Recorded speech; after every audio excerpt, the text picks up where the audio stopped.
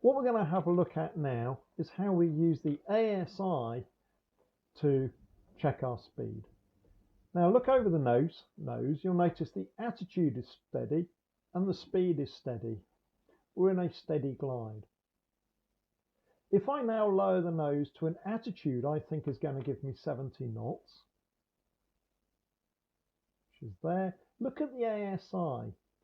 Notice how long it takes for the speed to increase. And you can see the speed is now stabilized at 75 knots.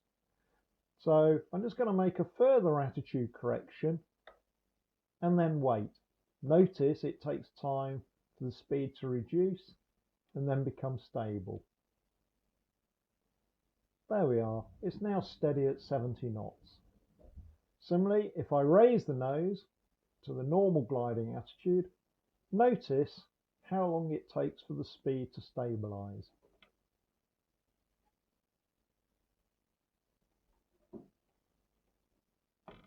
And the speed has now stabilized at about 48 knots. So whenever we change the speed in the glider, we select an attitude and then wait for the speed. If we didn't do this, I can show you what happens. Let's say I want to fly at 50 knots.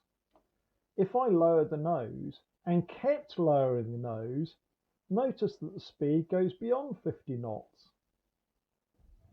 If I then raise the nose and keep raising the nose, it drops below 50 knots. What I need to do is select the 50 knot attitude and wait.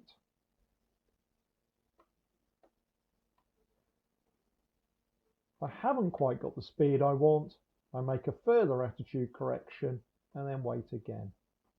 The attitude is now steady and the speed is steady.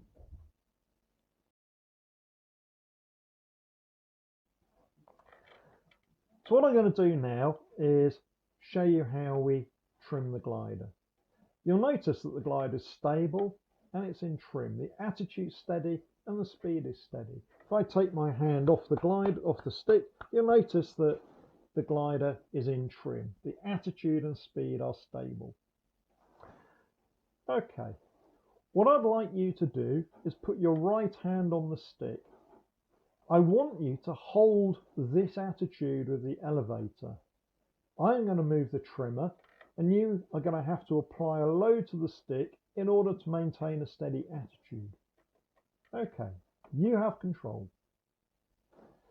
I'm now going to move the trimmer and you are having to apply a load to the stick to maintain a steady attitude. Which way are you having to apply a load to the stick?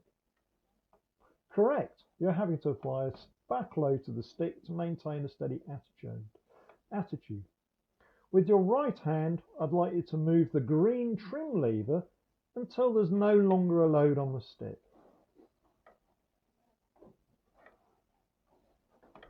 Okay, now let go of the stick when you think you're in trim. That's not quite right. Notice the nose is going down. I'd like you to put your hand back on the stick and hold a steady attitude again. Once again, I'd like you to move the green trimmer. When you think it's in trim, let go of the stick and tell me when you think it's in trim. Okay, yes, that's much better. The attitude is steady and the speed is stable. What I'd like you to do now is lower the nose to a speed you think is going to give you about 60 knots.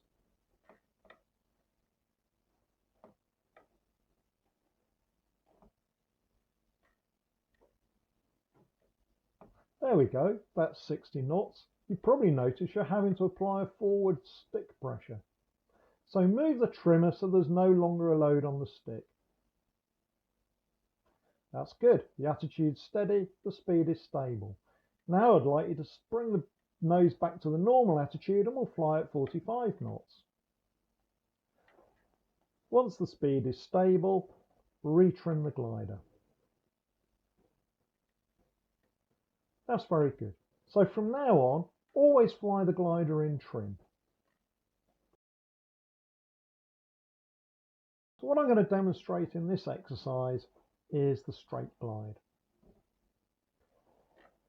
We know that we're in a straight glide. The attitude is stable, the speed is steady, and the wings are level with the horizon. This is a straight glide.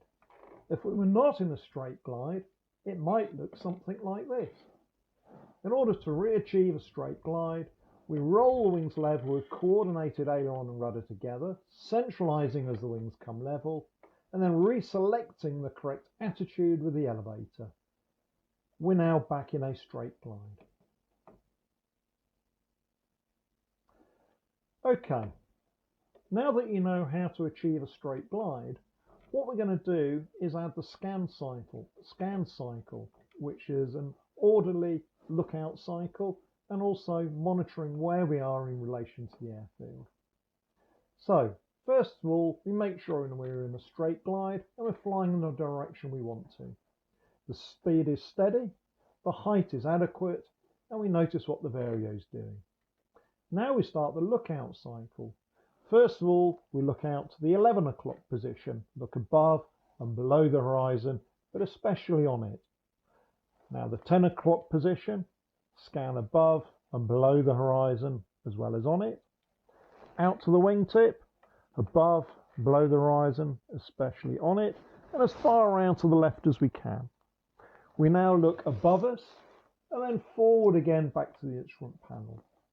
You'll notice we're no longer in a straight glide, so we use the aileron and rudder to roll the wings level, centralizing when the wings are level, and use the elevator to reselect the correct attitude.